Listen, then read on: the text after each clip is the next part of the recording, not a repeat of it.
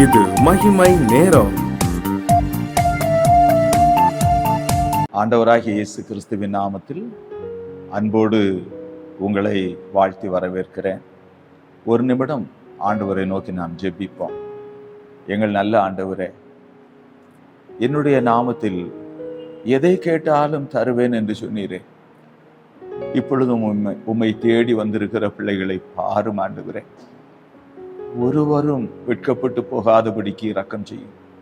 மனதுருகி இந்த வேளையை ஆசீர்வதித்து தாரும் என்று இயேசு கிறிஸ்துவின் நாமத்தில் ஜெபிக்கிற தகப்பனே, ஆமென்.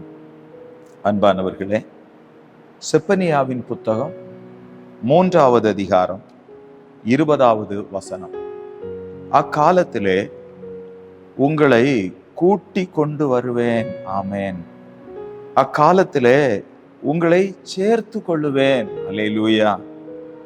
உங்கள் கண் காண நான் உங்கள் சிறையிருப்பை திருப்பும் போது பூமியிலுள்ள சகல ஜனங்களுக்குள்ளும் நான் உங்களை கீர்த்தியும் புகழ்ச்சியுமாக வைப்பேன் என்று கர்த்தர் சொல்லுகிறார். அல்லேலூயா. அன்பானவர்களே, இன்றைக்கு இருக்கிற சூழ்நிலையை பார்க்க வேண்டாம். அன்பானவர்களே, நம் ஒவ்வொருவருக்காகவும் நம்முடைய பாவத்தை சுமந்து தீர்க்கும்படிக்கு ஆண்டவராகிய இயேசு கிறிஸ்து கல்வாரி சிலுவையில உயர்த்தப்பட்டிருக்கிறாரே. அவர் நம்மை நேசிக்கிறார். நம்முடைய வாழ்வில் அவர் இரக்கம் செய்யும்படி வந்திருக்கிறார். பிரியமானவர்களே, யோசுவாவின் புத்தகம் 6வது அதிகாரம் 27வது வசனத்தை படிக்கும்போது, இவ்விதமாய் கர்த்தர் யோசுவாவோட கூட இருந்தார், அவன் கீர்த்தி தேசமெங்கும் பரம்பிற்று. அல்லேலூயா. அன்பானவர்களே, ஆண்டவர் நம்மோடு இருப்பதுதான் மேன்மை. அன்பானவர்களே, ஆண்டுடைய சமூகத்துல நம்மை தாழ்த்துவோம். ஆண்டவர் நம்மோடு இருக்க வேண்டும். ஆண்டவர் யோசுவாவோடு கூட இருந்ததினால் அவன் கீர்த்தி தேசமெங்கும் பரவிற்று. ஆண்டவர் நம்மை தேடி வந்தார். அன்பானவர்களே, நாம் பாவிகளாய் இருக்கையில் கிறிஸ்து நமக்காக மரித்ததினாலே தேவன் நம் ஒவ்வொருவர் மீது வைத்த தமது அன்பை விளங்க பண்ணினார். ஆண்டவர் நம்மை நேசிக்கிறார். யோசுவா 1வது அதிகாரம் 5வது வசனத்தை படிக்கும்போது ஆண்டவர் யோசுவாவை பார்த்து சொல்லுகிறார், நீ உயிரோடு இருக்கும் நாளெல்லாம் ஒருவனும் உனக்கு முன்பாக எதிர்த்து நிற்பது இல்லை. நான் மோசையோடு இருந்தது போல உன்னோடும் இருப்பேன். நான் உன்னை விட்டு விலகுவதும் இல்லை, உன்னை கைவிடுவதும் இல்லை என்று ஆண்டவர் சொன்னார். அன்பானவர்களே, ஆண்டவர் யோசுவாவோடு அவர் இந்த வாக்குத்தத்தத்தை கொடுத்தார். நமக்கும் அதே விதமாக அவர் வாக்கு பண்ணி இருக்கிறார். நான் உன்னை விட்டு விலகுவதும் இல்லை, உன்னை கைவிடுவதும் இல்லை என்று ஆண்டவர் வாக்கு பண்ணி இருக்கிறார். யோசுவா 1வது அதிகாரம் 6வது வசனத்தை பாருங்கள். பலங்கொண்டு திடமனதாயிரு, இந்த ஜனத்தின் பிதாக்களுக்கு நான் கொடுப்பேன் என்று ஆணையிட்ட தேசத்தை நீ இவர்களுக்கு பங்கிடுவாய். இவ்வளவு பெரிய வாக்கியம். பிரியமானவர்களே, ஆண்டவர் யோசுவாவோடு கூட இருந்தது மட்டுமல்ல, அவரை எல்லாருக்கும் ஆசீர்வாதமாக மாற்றுகிறார். அல்லேலூயா. யோசுவாவின் புத்தகம் 1வது அதிகாரம் 7வது வசனத்திலே, என் தாசனாகிய மோசே உனக்கு கற்பித்த நியாய பிரமாணத்தின்படி எல்லாம் செய்ய கவனமாயிருக்க மாத்திரம் மிகவும் பலங்கொண்டு திடமனதாயிரு. நீ போகும் இடமெல்லாம் புத்திமானாய் நடந்து கொள்ளும்படிக்கு அதை விட்டு வலது இடதுபுறம் விலகாதிருப்பாயாக. அன்பானவர்களே, ஆண்டவர் ரொம்ப நல்லவர். அவர் சொன்னார் சங்கீதம் 32:8, நான் உனக்கு போதித்து நீ நடக்க வேண்டிய வழியை உனக்கு காட்டுவேன்.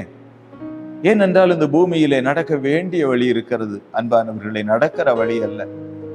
உண்மையில் என் கண்ணை வைத்து உனக்கு ஆலோசனை சொல்லுவேன் என்று சொன்னார். அவர் நம்மை நடத்துகிறவர். யோசுவா 1:8 இப்படி படிக்கிறோம், இந்த நியாயப்பிரமாண புஸ்தகம் உன் வாயை விட்டு பிரியாதிருப்பதாக. அல்லேலூயா.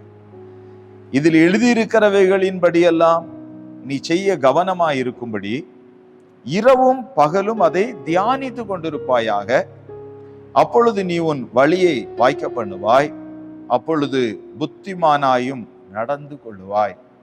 அன்பானவர்களே, ஆண்டவர் தம்முடைய வார்த்தைகளை நமக்கு தந்து இரவும் பகலும் அதை தியானித்து கொண்டிருப்பாயாக என்று ஆண்டவர் சொல்லுகிறார். ஆண்டவர் தம்முடைய ஜீவ புத்தகத்தின் மூலம் நம்மோடு பேசுகிறார். அன்பானவர்களே, ஆகவேதான் ஆண்டவர் சொல்லுகிறார், இரவும் பகலும் நீ அதை தியானிக்க வேண்டும். ஆண்டவருடைய சத்தத்தை நாம் கேட்பதற்கு கர்த்தருடைய வேதத்தை இரவும் பகலும் நாம் தியானிக்க வேண்டும். அப்பொழுது புத்திமானாயும் நடந்து கொள்ளுவாய். ஆம் பிரியமானவர்களே, ஆண்டவர் எப்படி யோசுவாவோடு கூட இருந்து அவர் கீர்த்தி தேசமெங்கும் பரம்பும்படி செய்தார், அதே போல நம்மை கீர்த்தி அடைய பண்ணுவதற்கு இரவும் பகலும் இந்த வேதத்தை நீ தியானிக்க வேண்டும் என்று சொல்லுகிறார். இந்த வேதத்தை நாம் தியானிக்க தியானிக்க நம்மால் கிரகிக்க கூடாத, நம்மால் இயலாத ஒரு மேன்மையான காரியத்தை ஒவ்வொருவருக்குள்ளும் ஆண்டவர் செய்கிறார். அன்பிற்குரியவர்களே, ஆண்டவர் நம்மை உருவாக்குகிறவர். அவர் குயவன். அன்பானவர்களே, நாம் அவருடைய கையிலே களிமண்ணை போல இருக்கிறோம். நம்மை வணைகிறவர், நம்மை அழகுபடுத்துகிறவர். பாருங்கள், யோசுவா 1வது அதிகாரம் 9வது வசனத்திலே, நான் உனக்கு கட்டளையிடவில்லையா? பலங்கொண்டு திடமனதாயிரு, திகையாதே, கலங்காதே. அல்லேலூயா. நீ போகும் இடமெல்லாம் உன் தேவனாகிய கர்த்தர் உன்னோடே இருக்கிறார். அல்லேலூயா. அன்பானவர்களே, நாம் செல்லுகிற இடங்களில் எல்லாம் நம்மோடு கூட கர்த்தர் இருப்பார். ஏன் தெரியுமா? ஆண்டவர் சொன்னார், நான் உனக்கு போதித்து நீ நடக்க வேண்டிய வழியை உனக்கு காட்டுவேன்.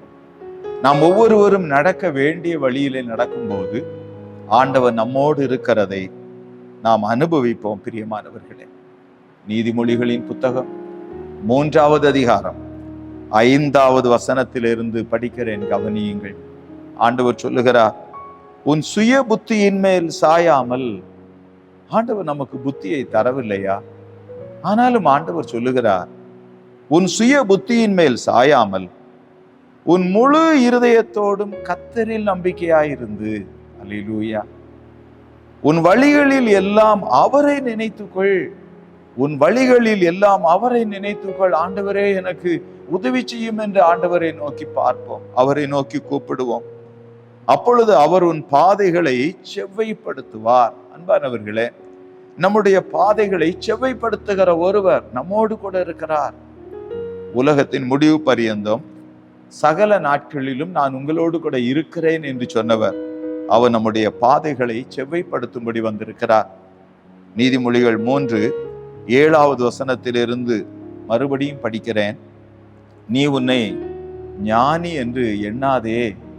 அன்பானவர்களே, ஆண்டவர் சாலமோனிலும் பெரியவர், அவர்தான் ஞானம் உள்ளவர். அன்பானவர்களே, பல வேளைகளிலே நாம் ஆண்டவரை விட்டு தூரமாய் போவதற்கு காரணம் என்ன தெரியுமா? நாம் என்ன நினைக்கிறோம்? நீ உன்னை ஞானி என்று எண்ணாதே என்று சொன்னார். ஆனால் நாமோ நம்மை ஞானி என்று எண்ணி ஆண்டவரோடு இருக்கிற அந்த ஐக்கியத்தை இழந்து விடுகிறோம். கர்த்தருக்கு பயந்து தீமையை விட்டு விலகு, அது உன் நாபிக்கு ஆரோக்கியமும் உன் எலும்புகளுக்கு ஊனுமாகும் என்று சொல்லுகிறார். நீதிமொழிகள் 13:20 ஞானிகளோட சஞ்சரிக்கிறவன் ஞானம் அடைவான், மூடருக்கு தோழனோ நாசமடைவான் என்று ஆண்டவர் சொன்னார். பிரியமானவர்களே, சங்கீதங்களின் புத்தகம் 42வது சங்கீதம் 3-4 வசனங்களை படிக்கிறேன். உன் தேவன் எங்கே என்று அவர்கள் நாள்தோறும் என்னிடத்தில் சொல்லுகிறபடியால் இரவும் பகலும் என் கண்ணீரே எனக்கு உணவாயிற்று. ஆண்டவர் சொன்னார், நீ இரவும் பகலும் என்னுடைய வேதத்தை தியானி என்று. ஆனால் உன் தேவன் எங்கே என்று அவர்கள் நாள்தோறும் என்னிடத்தில் சொல்லுகிறபடினால் இப்பொழுது நான் கண்ணீர் வடிக்கிறேன் இரவும் பகலும் என்று சொல்லுகிறார். அன்பானவர்களே, ஒருவேளை அப்படிப்பட்ட நிலையில் இருந்தாலும் நமக்கு உதவி செய்வதற்கு கர்த்தர் வந்திருக்கிறார். பிரியமானவர்களே, சங்கீதம் 42:5 பாருங்கள். என் ஆத்துமாவே, நீ ஏன் கலங்குகிறாய்? ஏன் எனக்குள் தியங்குகிறாய்? தேவனை நோக்கி காத்திரு, அவர் சமூகத்தை ரட்சிப்பின் நிமித்தம் நான் இன்னும் அவரை துதிப்பேன். 42:9 படிக்கிறேன். நான் என் கன்மலையாகிய தேவனை நோக்கி ஏன் என்னை மறந்தீர்? சத்துருவினால் ஒடுக்கப்பட்டு நான் ஏன் துக்கத்துடனே திரிய வேண்டும் என்று சொல்லுகிறேன்.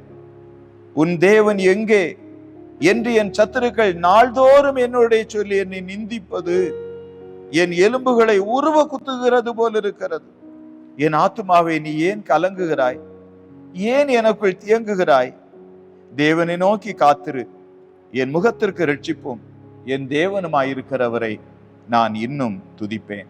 பிரியமானவர்களே, நம்மை கீர்த்தியும் புகழ்ச்சியுமாக மாற்றும்படி வந்திருக்கிற கர்த்தருக்கு என்பதாக நம்மை தாழ்த்தி ஜெபிப்போம்.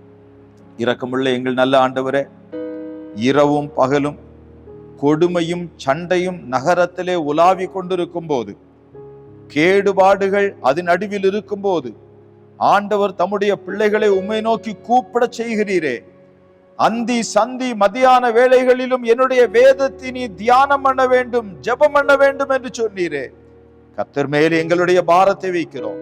ஒவ்வொருவரையும் ஆதரித்தருளும் என்று இயேசு கிறிஸ்துவின் நாமத்தில் ஜெபிக்கிறோம் ஜீவனுள்ள தகப்பனே, ஆமென்.